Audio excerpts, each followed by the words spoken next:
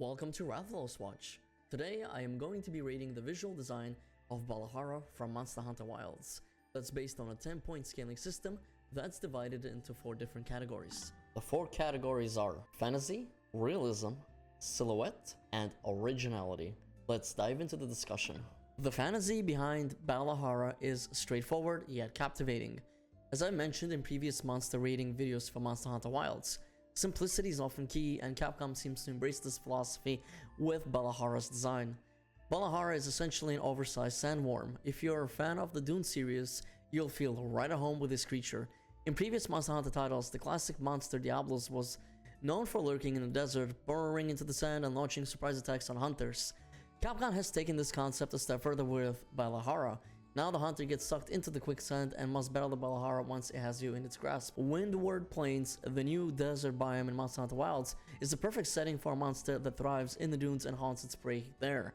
Although I'm not generally a fan of sandworms, I believe Balahara adds a fresh and thrilling element to the franchise. The idea of being surrounded by dangerous sandworms, getting sucked into quicksand, and being forced into a fight is sure to create an exhilarating experience. Balahara's fantasy concept is well executed and brings a new hunting challenge to the Monster Hunter series. Therefore, the fantasy category receives a rating of 10 out of 10. Among all the monsters Capcom has introduced so far, Balahara is arguably the most unrealistic. However, certain aspects of its design are surprisingly rooted in real-life biology.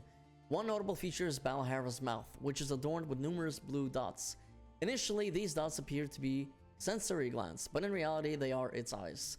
This alien-looking trait is actually inspired by clams, which have similar blue eyes. The fascinating detail was uncovered by the dedicated Monster Hunter community, who meticulously dissect every aspect of the game. You can see the resemblance in this picture of a clam. The blue dots inside its mouth are the eyes. The ocean is full of bizarre and alien-looking creatures, making this detail quite believable. Balahara also draws inspiration from the Dune series, as mentioned previously, and possibly from the 90s horror comedy film series Tremors.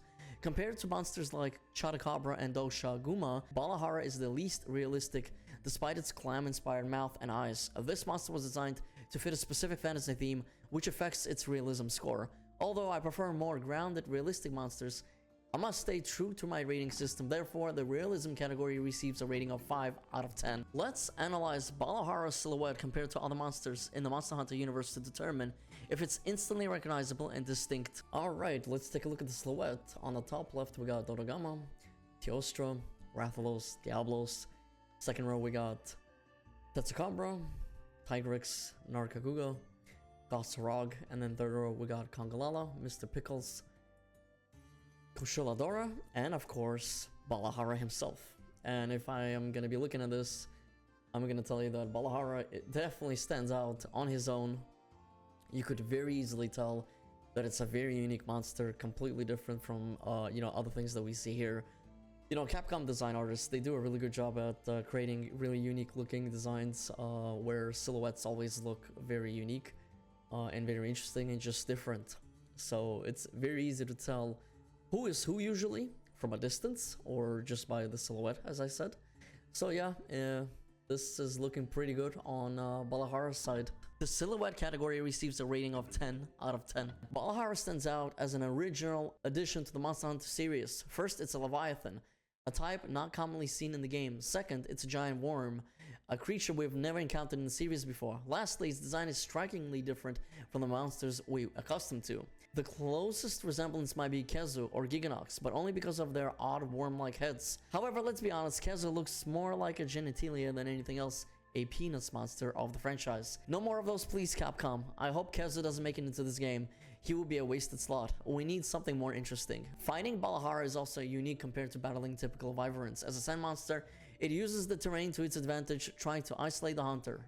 Let me know if any other monster has done that before. The Originality category receives a rating of 10 out of 10. Balahara's visual design is impressive. While it leans heavily into fantasy, its originality and unique fantasy concept make it stand out monster in the franchise. Balahara's overall visual design earns a final rating of 8.75 out of 10. Thank you all for watching. If you enjoyed this video, please hit the like button and share it with your fellow hunters. Peace out and happy hunting.